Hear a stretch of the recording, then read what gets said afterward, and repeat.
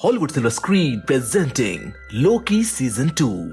तो जैसा कि हमने इसके पहले एपिसोड में जाना, लोकी अपने टाइम स्किपिंग को सही कर चुका है, लेकिन अभी भी एक टास्क है जिसको उसको पूरा करना है, जो कि है सिल्वी को ढूंढना, जिसकी शुरुआत वो लंदन साल 1977 से करते हैं। ये सीक्रेट टाइमलाइन की एक टाइमलाइन है। यहाँ लोकी और मोबियस टीवीए के टेम्पेट की मदद से इस टाइमलाइन में हंटर X5 को पकड़ने आए हैं, क्योंकि पिछले एपिसोड में जनरल डॉक्स ने X5 को सिल्वी को पकड़कर टीवीए में लाने का मिशन दिया था, लेकिन X5 इस टाइमलाइन में आकर कहीं भाग गया है। उसने अपना मिशन भी पूरा नहीं किया और अब वो टीवीए से बच रहा है। वहीं X5 के गायब हो जाने के बाद जनरल डॉक्स का भी कुछ नहीं पता, वो भी कहीं पर चली गई है।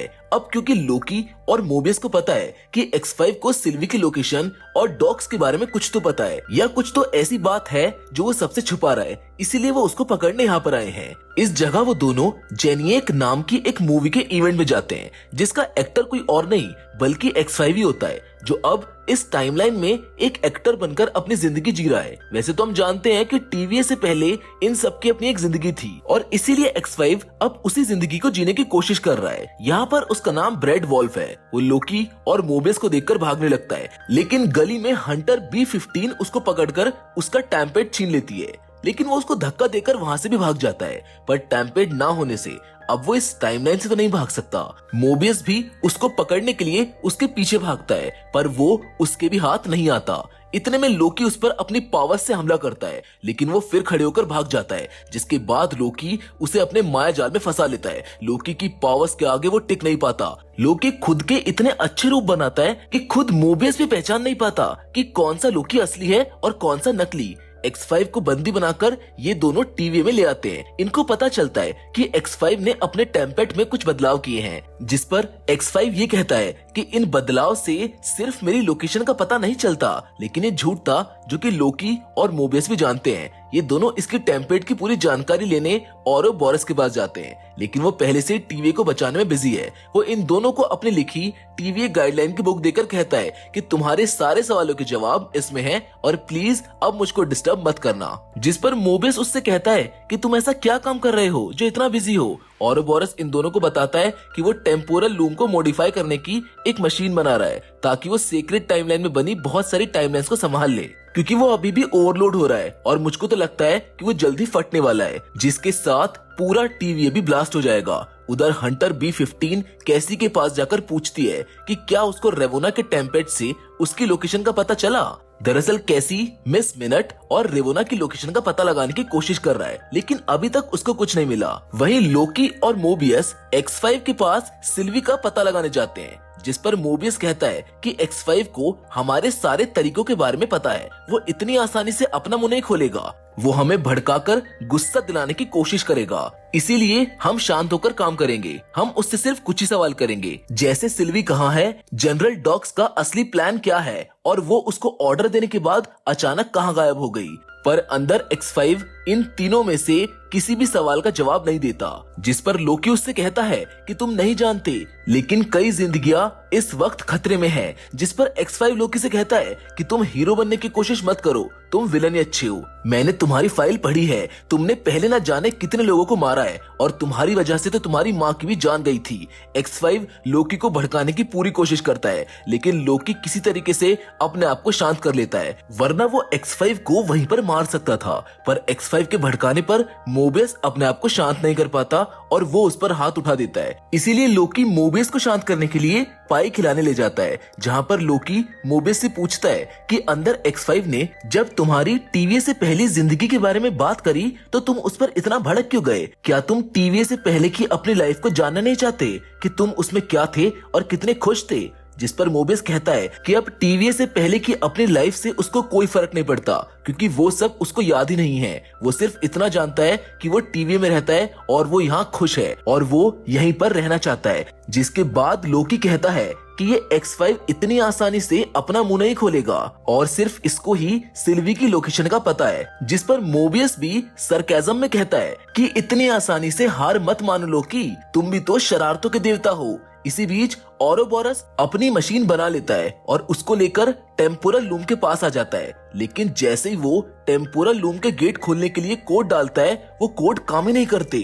उस पर साफ लिखा आता है कि गेट खोलने के लिए ही हू रिमेन्स के टेम्पोरल की जरूरत है, मतलब अब इन डोर को इन्हें बनाने वाला ही खोल सकता है, जो है ही हू रिमेन्स, यानी टीवीए को बचाने के लिए उसके क्रिएटर को यहाँ पर आना होगा जो अब मर चुका है। वहीं दूसरी ओर लोकी और मोबियस एक बार फिर से X5 के पास उसका मुंह खुलवाने के लिए जाते हैं, पर इस बार उनके पास एक टॉर्चर मशीन होती है जिसको देखकर X5 थोड़ा सा शॉक्ड रह जाता है, जिसको दिखाते हुए लोकी मोबियस से कहता है कि हम इस मशीन को ऑन करने वाला रिमोट तो लेकर ही नहीं आए। जैसे ही मोबियस रिमोट लेने जाता है वैसे ही लोकी यहाँ के डोर बंद कर देता है, क्योंकि रिमोट तो उसी के पास था। जिस पर मोबियस कहता है कि तुम क्या कर रहे हो लोकी, मुझको अंदर आने दो। जिसके बाद लोकी उस टॉर्चर मशीन से X5 को एक बॉक्स में बंद कर देता है और उस बॉक्स को छोटा करता रहता है। लोकी X5 से सेम सवाल पूछता है कि सिल्वी कहाँ है। वो जब तक उस बॉक्स को छोटा करता है जब तक वो इस सवाल का जवाब नहीं दे देता। अब टॉर्चर इतना ज्यादा हो जाता है कि X5 मरने वाला होता है, जिस पर वो सिल्वी का पता बताने को मान जाता है। तभी मोबियस अंदर आ जाता है, जहाँ पर हमको पता चलता है कि ये लोकी और मोबियस का एक प्लान था, जिससे X5 को लगे कि लोकी बिना मोबियस के उसको जान से मार सकता है, इसलिए वो बोल पड़ा। इसके बाद हंटर B-15 और कैसी ओरोबोरस के पास जाते हैं, पर वो जोर जोर से ये चिल्ला रहा होता है कि हम सब मरने वाले हैं। जिस पर हंटर B-15 उससे पूछती है कि तुम ऐसा क्यों कह रहे हो, जिस पर ओरोबोरस बताता है कि टेम्पोरल लूम के मेन डोर खुल नहीं रहे हैं, जिसकी वजह से मैं अपनी बनाई मशीन को उससे कनेक्ट नहीं कर सकता, जिसकी वजह से टेम्पोरल लूम नई बनने वाली इतनी सारी टाइमलाइंस की वजह से ब्लास्ट होने वाला है और उसके साथ पूरा टीवीए भी उड़ जाएगा। जिस पर हंटर B-15 पूछती है कि इन डोर्स को खोलने का क्या कोई और रास्ता भी है, जहां ओरोबोरस कहता है कि अब तो इन डोर्स को सिर्फ इनको बनाने वाला ही खोल सकता है, जो अब नहीं रहा। या अगर यहाँ पर टीवीए की आर्टिफिशियल इंटेलिजेंस मिस मिनट होती तो शायद वो कुछ मदद कर सकती थी। वहीं दूसरी ओर X5 लोकी और मोबियस को उस ब्रांच टाइमलाइन में लेकर आता है जहाँ पर सिल्वी है। ये साल है 1982। हम देखते हैं कि सिल्वी यहाँ पर काम करती है, वो काफी समय से यहीं पर रह रही है। लोकी कहता है कि सिर्फ वो ही उससे बात करेगा, तुम दोनों पीछे ही रहना। और कुछ देर के लिए तो लोकी उसको देखता ही रह जाता है, क्योंकि कहीं ना कहीं वो भी अब उससे प्यार करता है। सिल्वी लोकी को देखकर कहती है कि तुम यहाँ पर क्यों आए हो। लोकी सिल्वी से कहता है कि एक प्रॉब्लम आ गई है। दरअसल अभी कुछ समय पहले मैं टाइम स्किपिंग कर रहा था और उस दौरान मैं टीवीए के फ्यूचर में गया। वो टीवीए पूरी तरह से नष्ट होने वाला था, लेकिन तभी मैंने तुमको वहाँ पर देखा। मैं तुमसे ये जानना चाहता हूँ कि तुम फ्यूचर में टीवीए के बर्बाद होते समय वहाँ पर क्या कर रही थी। जिस पर सिल्वी कहती है कि मुझको तुम्हारे पास्ट, फ्यूचर और टीवीए से कोई लेना देना नहीं है और ना ही मुझको तुम्हारे फ्यूचर के बारे में कुछ पता करना है। मेरे हिसाब से तो टीवीए बचे या बर्बाद हो, मुझको कोई फर्क नहीं पड़ता।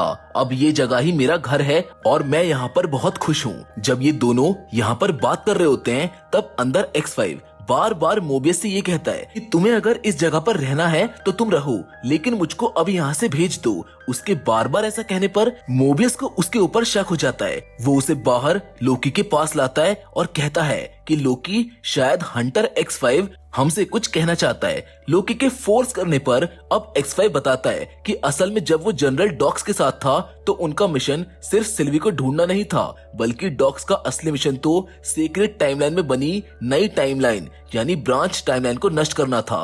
और वो जल्द ही सारी ब्रांच टाइमलाइंस को नष्ट करने वाले हैं। अब क्योंकि ये भी एक ब्रांच टाइमलाइन है तो ये भी डिस्ट्रॉय होने वाली है, जिसके साथ हम सब भी मारे जाएंगे। इस बात को सुनते ही ये तीनों X5 को टीवी में फेंक देते हैं और खुद उस जगह जाते हैं जहां जनरल डॉक्स अपने आदमियों के साथ है। देखते ही जनरल डॉक्स और बाकी सब नई टाइमलाइंस को डिस्ट्रॉय कर रहे होते हैं। लोकी और सिल्वी फौरन उन पर हमला करके उनको रोकने की कोशिश करते हैं। जनरल डॉक्स इनको देखकर अपने आदमियों से कहती है कि जल्दी करो, तुम जितनी टाइमलाइंस को डिस्ट्रॉय कर सकते हो उतनी कर दो। लेकिन तभी लोकी और सिल्वी अपनी पावर्स को एक साथ करके इन सब पर हमला कर देते हैं, जिससे सब के सब एक बारी में ही बेहोश हो जाते हैं। पर इन तीनों के ये सब रोकने से पहले ही डॉक्स और उसके आदमियों ने काफी सारी टाइमलाइंस को डिस्ट्रॉय कर दिया था, जिससे उन टाइमलाइंस में रहने वाले ना जाने कितने करोड़ों मासूम लोगों की जान चली गई थी। टीवीए में ये सब देखकर सिल्वी कहती है तो टीवीए ऐसा काम करती है।